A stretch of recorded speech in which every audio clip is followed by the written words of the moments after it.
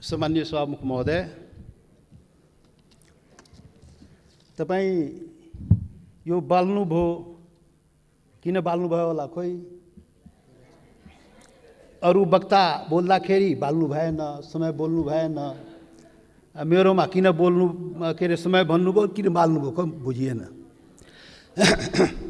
मान्य सदस्य, परम्परा त्यस्तै रहेछ। परम्परा त्यस्तै हो। भेदभाव गर्ने परम्परा कायमै राख्ने, ल त्यो पनि ठिकै हो। सभामुख महोदय, सभामुख महोदय, यो देशमा सैकड़ों हजारौं पटक संसदको बैठक बसेको छ, तर आजको बैठक सारा नेपाली जनता, सम्पूर्ण सबै नेपाली जनता टकटकी लगाएर यो संसदप्रति हेरिरहेको छ। सारा नेपाली जनता, जनताको प्रतिनिधि, यो जुन संसदमा हामी राजनीतिक दलको रूपमा उपस्थित भएका छौं, जनताको प्रतिनिधि तो राजनीतिक दलले आज यो ऐतिहासिक दिनमा के भन्दैछ, के गर्दैछ, त्यो चाहिँ सबै सम्पूर्ण नेपाली जनताको जिज्ञासा र ध्यान चाहिँ आजको संसदको बैठकमा छ। सभामुख महोदय, त्यसैले यहाँ सञ्चार माध्यम पनि आजको बैठक ऐतिहासिक बैठक भनिरहेको थियो र वास्तवमा भन्यो भने आजको बैठकमा वास्तवमा ऐतिहासिक बैठक नै हो। सभामुख महोदय, त्यसैले ऐतिहासिक बैठकको दिनमा के बत्ती बाल्ने, के समय निर्धारण गर्ने, बोल्ने मनमा भएको कुरा बोल्न दिनुपर्छ। सभामुख महोदय, सभामुख महोदय, आजको सामान्य यो प्रस्ताव होइन। सभामुख महोदय, यो देशको भूमिको सवाल हो। देशको भूमि आफ्नो नेपालको नक्सामा राख्ने सवाल हो, त्यो प्रस्ताव आएको छ आज। यो सामान्य प्रस्ताव होइन। सभामुख महोदय, सम्पूर्ण नेपाली जनताको ढुकढुकी त्यहाँ रहेको छ। सभामुख महोदय, भावना चाहिँ रहेको छ त्यहाँ। त्यो सम्बन्धमा बोल्दाखेरि जनताको प्रतिनिधिले आफ्नो कुरा राख्न सक्नुपर्छ। त्यसैले आज प्रतिबन्ध नलागियो। सभामुख महोदय, सभामुख महोदय, यहाँ आजको जुन सवाल हो, जुन प्रस्ताव हो, तो राष्ट्रियतासँग पनि जोडिएको सवाल हो, सम्पूर्ण नेपालीको भावनासँग पनि जोडिएको सवाल हो, देशको के भन्छ सार्वभौमिकता, देशको अखण्डतासँग पनि जोडिएको सवाल हो। र त्यही सवालको रूपमा आज यो चाहिँ नेपालको नक्सामा त्यो चाहिँ तो कालापानी, लिपु लेक र लिम्पुवाधुरा लगायतका त्यो भूभाग नेपालको नक्सामा राख्ने प्रस्ताव यो संसदबाट स्वीकृत गराउन आइएको प्रस्ताव हो। सभामुख महोदय, त्यसैले आजको प्रस्ताव बडा महत्त्वपूर्ण प्रस्ताव हो नेपाली जनताको लागि। सभामुख महोदय, नेपाली जनता आफ्नो, सम्पूर्ण नेपाली जनता, हिमाल पहाड तराई मधेसका सबै नेपाली जनता आफ्नो देशप्रति, आफ्नो भूमिप्रति सजग छ, समर्पित छ, संवेदनशील छ। यो कुरा आज यो बैठकले देखाउन सक्नुपर्छ। आज यो कुरा हामीले आफ्नो कामबाट देखाउन सक्नुपर्छ। त्यो देखाउनुपर्छ, हामी देखाउला। सभामुख महोदय, यो गर्दाखेरि यहाँ अब के भनौँ, विभिन्न आग्रह पूर्वाग्रहले पनि कुराहरू त सुनिन्छ। राष्ट्रियताको सवाल पनि एक लौटी रे, कसैको एक लौटी राष्ट्रियता रे। राष्ट्रियताको सवाल आउँदाखेरि त्यो मधेसीले राष्ट्रियताको कुरा गर्छ र? गर्दैन नि। अरे राष्ट्रियता कसैको एक लौटी होइन, याद गर्नुहोस्। सभामुख महोदय, म सबैलाई आग्रह गर्न चाहन्छु, राष्ट्रियता भनेको सबैको सम्पूर्ण नेपाली जनताको नेपाली राष्ट्रियता हो। कुनै एउटा वर्ग, एउटा जाति, एउटा समुदाय, एउटा क्षेत्रको राष्ट्रियता हुनै सक्दैन। यदि त्यस्तो राष्ट्रियता भयो भने त्यो पङ्गु राष्ट्रियता हो। त्यो राष्ट्रियता चाहिँ काम लाग्दैन। त्यो राष्ट्रिय एकतालाई सबल गर्न सक्दैन, बलियो पार्न सक्दैन शाहमुख महोदय। त्यसैले आजबाट राष्ट्रिय एकताको परिभाषा, राष्ट्रियताको परिभाषा र राष्ट्रवाद र राष्ट्रघातको परिभाषा ठिकसँग व्याख्या गरिनुपर्छ र बुझिनुपर्छ शाहमुख महोदय। शाहमुख महोदय, म धेरै आज म केही कुरा राखौँला, समय अलि लिउँला तपाईँको, र यो पनि देश र जनताकै हितमा हुन्छ, राष्ट्रिय एकताकै लागि हुन्छ, राष्ट्रियताका लागि बलियो बनाउने काम हुन्छ, जुन आज म विचार राखिरहेको छु शाहमुख महोदय। शाहमुख महोदय, यस्तो संवेदनशील घडीमा एकता देखाउने हो। नेपाली जनताले आफ्नो एकता नदेखाए आफ्नो सवालको लागि, आफ्नो भूमिको लागि त कसले देखाइदिने हो? नेपाली जनताले नै देखाउने हो र नेपाली जनताको प्रतिनिधिमूलक संस्था, यो प्रतिनिधि सभाले देखाउने हो। शाहमुख महोदय, हाम्रा धेरै आउला यो संविधान संशोधनको कुरा आएको छ। यहाँ नक्सालाई लिएर त्यो चाहिँ संविधानमा, त्यो अनुसूचीमा संशोधन गर्ने प्रस्ताव आएको शाहमुख महोदय। त्यो कालापानी लिपु लेक, लिम्पुवाधुरा सहितको भूमि त्यो नेपालको हो भनेर त्यो चुच्चो त्यो हुने गरी त्यो नक्सा चाहिँ संसदबाट पारित गराउन प्रस्ताव आएको शाहमुख महोदय। संविधान संशोधन गर्न प्रस्ताव आएको शाहमुख महोदय। शाहमुख महोदय मार्फत सम्पूर्ण देशवासीलाई थाहा छ यो संविधानको बारेमा।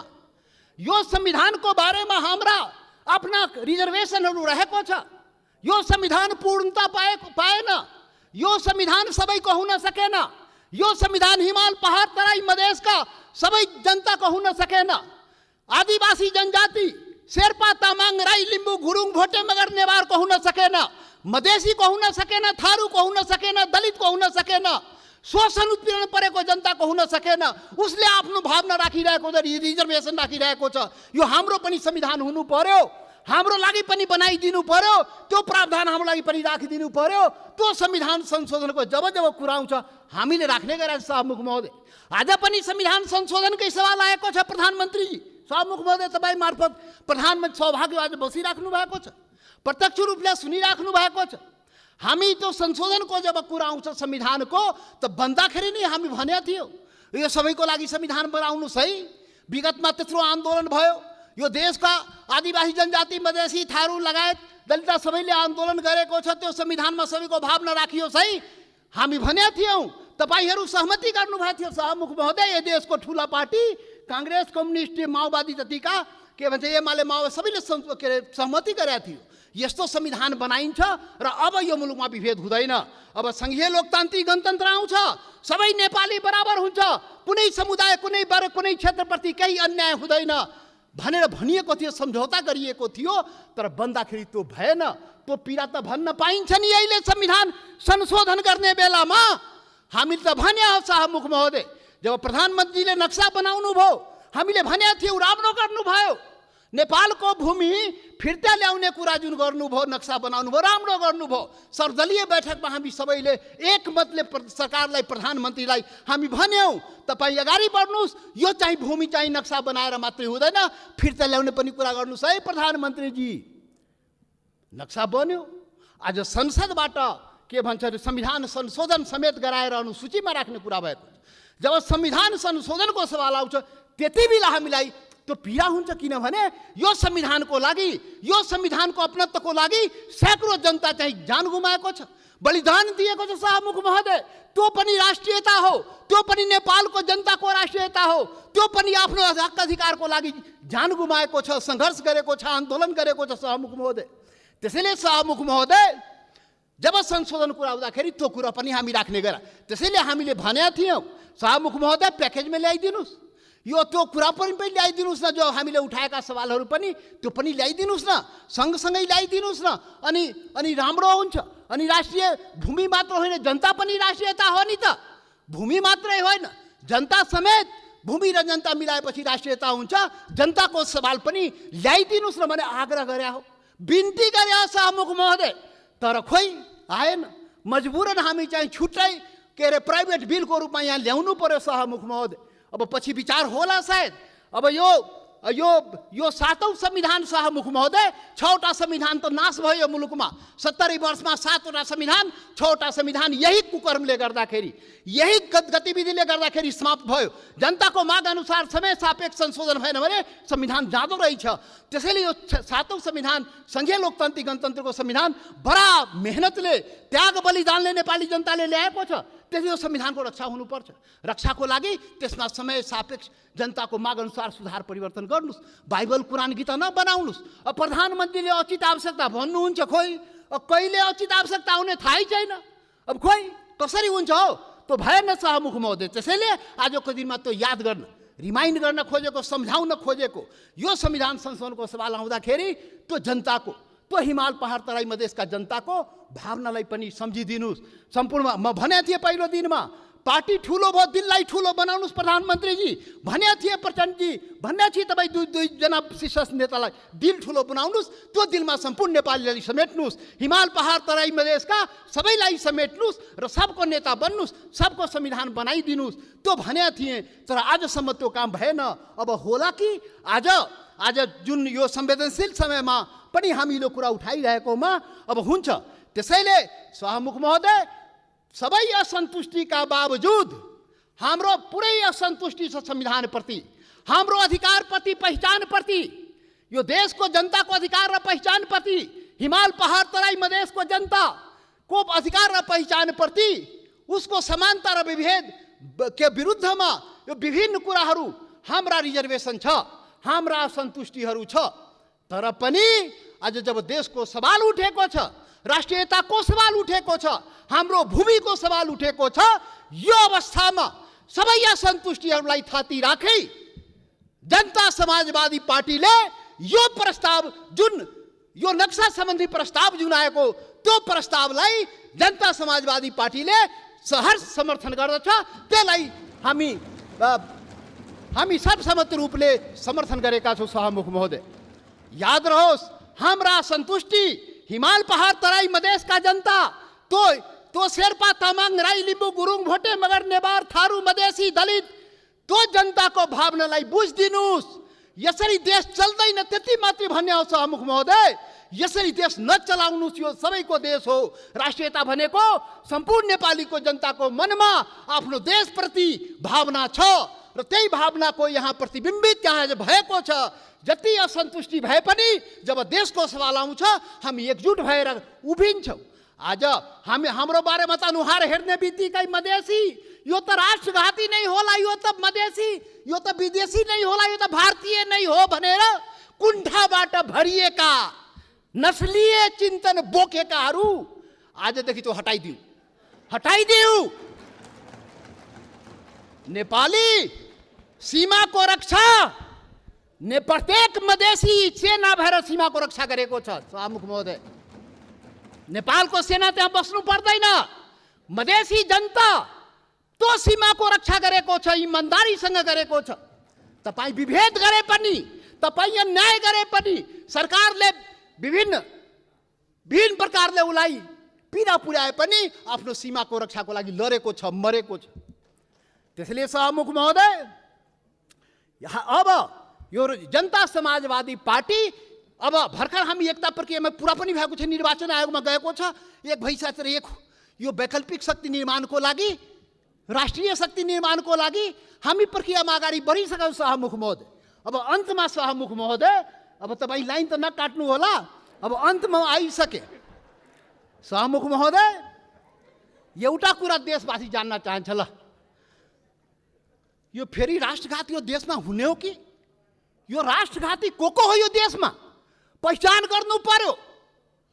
यो राष्ट्रघाती हो को यो देशमा? देश बेचुवाहरू को हो? अरे देश बेचुवाको खोजी गर्नुपर्ने नेपाली जनताले त्यो पनि खोजिरहेको छ। अरे त्यो त हाम्रो छँदै थियो नि, त्यो जमिन, त्यो काला पानी लिपु लेक लिम्पुवा धोरा सहितको नक्सा त नेपालको नक्सामा त थियो 58 वर्ष पहिले।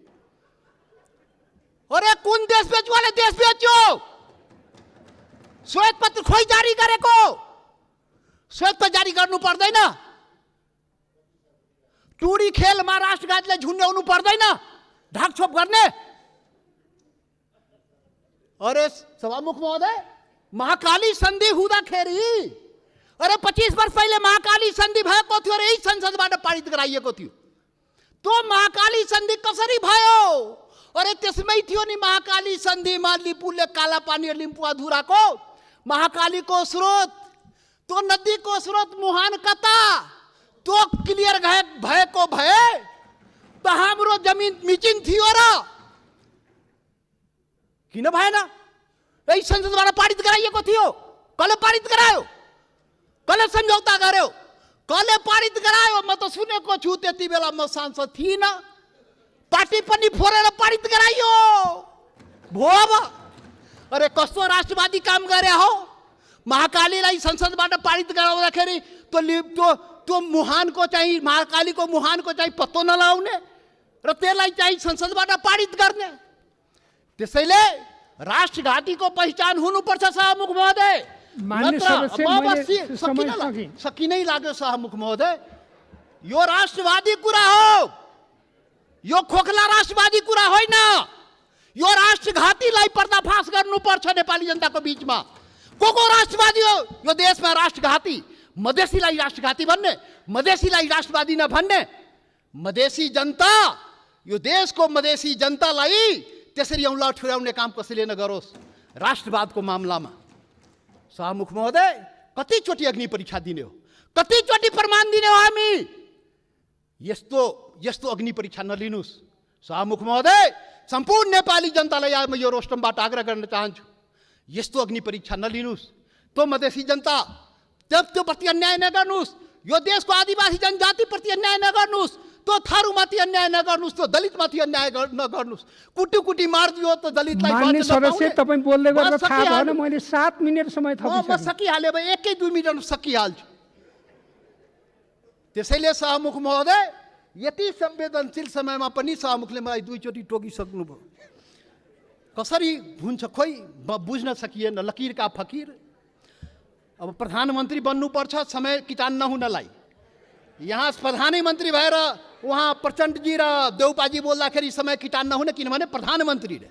अब जनता समाजवादी पार्टी यो देशको प्रधानमन्त्री भएर अनि रोस्टरमा आएपछि बल्ल त्यो समय पाउने भयो सभामुख महोदय।